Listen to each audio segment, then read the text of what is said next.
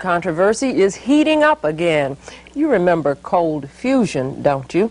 Two Utah scientists pluck a test tube in water, and the next thing you know, the world is talking about an unlimited supply of safe, pollution-free energy. But within months, the Utah miracle was labeled a mistake. But as John Hashimoto reports, cold fusion is making a comeback. Established a sustained nuclear fusion reaction by means which are considerably simpler than conventional techniques. To scientists, this March 23, 1989 news conference is the stuff dreams are made of, a discovery that at the time looked like the greatest breakthrough since the invention of the wheel. Stanley Pons and Martin Fleischmann claimed they had harnessed nuclear fusion, the same awesome force that powers the sun, in a test tube of water at room temperature. This experiment has to be approached with some caution. Despite their cautionary warnings that day, the implications of Pons and Fleischmann's stunning announcement were obvious. They claimed that by passing a current through heavy water between palladium electrodes, a huge amount of heat was created. The crucial element in all this was their water, which contained a form of hydrogen called deuteriums. Because seawater contains a limitless supply of deuteriums, cold nuclear fusion holds the elusive promise of cheap, virtually limitless, safe energy. It appeared to be a dream come true. Without these exact facts, we will never be certain that our samples have reproduced their samples. I beg your pardon, the background is available in the corrections to the paper. That might be. But within months, the Utah experiment became a scientific nightmare. Pons and Fleischmann released only limited details of their experiment, and some data was found to be flawed. Worse, the results could not be reproduced. Almost overnight, cold fusion became a discovery that never was. In a paper released today, the MIT scientists concluded that a major part of the Utah claim is wrong.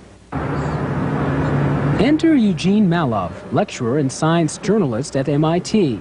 Mallove is about to release a new book called Fire from Ice, which questions the conventional wisdom about cold fusion and the two chemists who put it on the map. I would say that Pons and Fleischmann will go down in the history of science as heroes, albeit imperfect ones. Mallove says reports about the death of cold fusion have been greatly exaggerated. Not only is work on cold fusion continuing around the world, but other scientists are claiming they too are finding their own positive results. There are over 100 laboratories around the world where positive results have been achieved. 5 of them happen to be U.S. federal laboratories. There happen to be at least 10 countries in which positive results have occurred. In Japan and in the Soviet Union, major efforts are underway. In China even, the mainland China, results are coming in and they're taking it seriously. It is not something that is of the nature of a joke, in my opinion. The public isn't aware of cold fusion's continuing promise, Mallove says, because most of the powers that be in the scientific community have decided it's not worthy of attention. One of the most strident non-believers, he claims, is John Maddox, editor of the scientific journal Nature. Maddox had this to say about cold fusion in an interview conducted 2 years ago. I think that, broadly speaking, it's dead, and it'll remain dead for a long, long time. What you're talking about is a closed-mindedness that's not supposed to be associated with the scientific community at large. This has been a great shock to me. You know, I put science on a pedestal. I've been with science all my life, a passionate devotee of science with capital letters.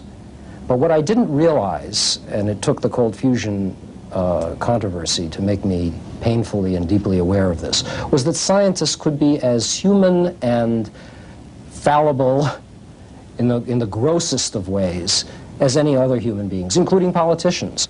Mallove's claim about scientific bias puts him in direct odds with the majority of physicists at MIT, where hot fusion, not cold fusion, is the subject of intense study and funding. One is physicist Richard Petrasso, who led the MIT team that early on revealed flaws in the Utah experiment.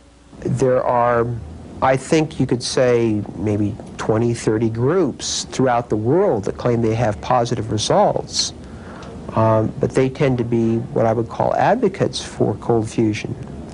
I cannot think of any critical group that has been able to reproduce the results. Petrasso says there is no conspiracy to keep positive cold fusion results under wraps. The issue, he says, is not bias, but quality science.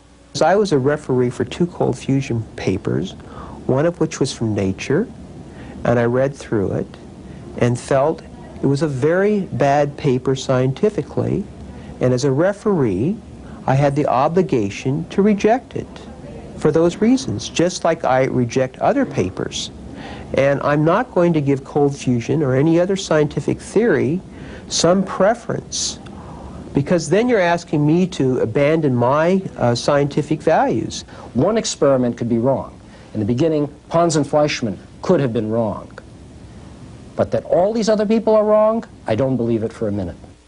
Mallove's views will by no means go unopposed at local bookstores. A new book, which dismisses cold fusion as a fluke, has just been released. Its author, physicist Frank Close, talked to us from Los Alamos National Laboratory in New Mexico today.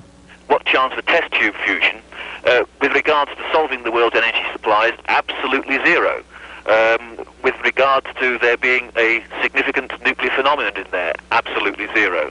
With the possibility of making a new form of storage battery, possible. The books by Frank Close and Eugene Mallove will go on sale locally within the next few weeks, but it's unlikely either will change many minds in a scientific community, where the line over this controversy has already been drawn. For the 10 o'clock news, I'm John Hashimoto.